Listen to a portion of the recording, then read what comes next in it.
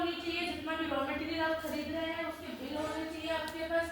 अब बिल क्यों रखने हैं हमने, कोई बता सकता है? अगर कोई रखता भी है बिल, हमने रॉ मटेरियल खरीदा, जितना भी आटा, दाल, चावल, चीनी, जितना भी आप रॉ मटेरियल ले रहे हैं उसका बिलिंग रखना क्यों जरूरी हो सकता है?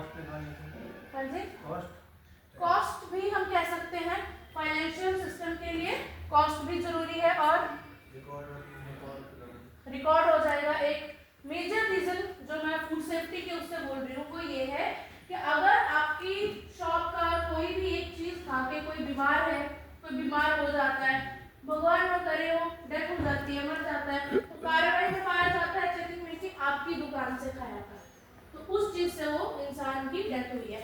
अब हमने कैसे बताना है, मान लो कोई भी एक मसाला आपने उसमें यूज किया था, उसकी वजह से वो उसके ऊपर रिएक्शन हुआ, तो आपने कैसे बताना है कि मैं मसाला मैंने थोड़ी कुछ किया, मैं तो पैक लेके आया और मैंने तो पैक मसाला खोल के मैंने बना के दे दिया, मेरा कोई कसूर नहीं है, कंपनी में बात जाएगी। अब कैसे बताएंगे कौन सी कंपनी से लेके आया था? बिल से, इसलिए कहते हैं बिलिंग लेनी जरूरी है।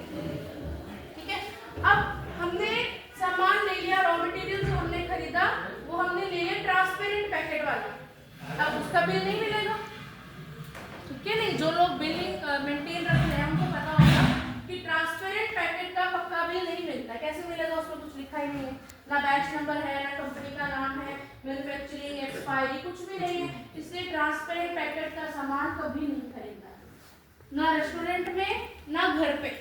पर्सनल लाइफ में भी आप लोगों ने कभी भी ट्रांसपेरेंट पैकेट वाला मटेरियल नहीं खरीदना है, क्योंकि हमें नहीं पता कब बना है, कब खराब होगा, उसमें इंग्रेडिएंट्स क्या है।